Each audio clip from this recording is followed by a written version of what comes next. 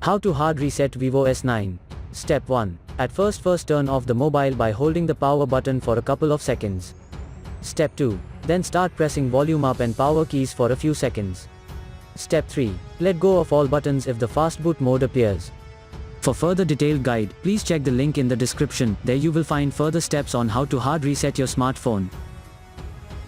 For further detailed guide, please check the link in the description. There you will find further steps on how to hard reset your smartphone.